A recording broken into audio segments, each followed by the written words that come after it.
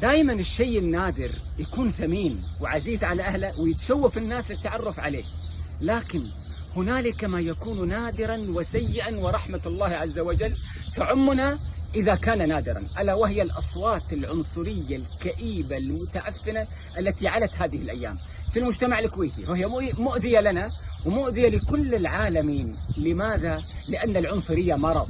بعدين يا جماعة، قيمة الإنسان في أخلاقه، في التزاماته، في إنسانيته.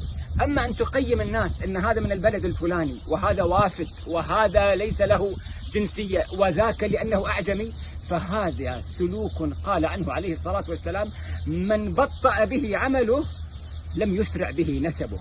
النسب والعرق والمكان والزمان والقومية أنا ما اخترتها، إنما الأخلاق والمسؤولية والقيم أنا الذي اخترتها. فالذي يفخر بما لا يختار هذا إنسان يستقي قيمه من الجاهلية. فالاعتذار، كل الاعتذار لكل من أسيء له من الوافدين وغير الوافدين من أصوات النشاز. عرفتم كيف المجتمع الكويتي أدبهم ولله الحمد.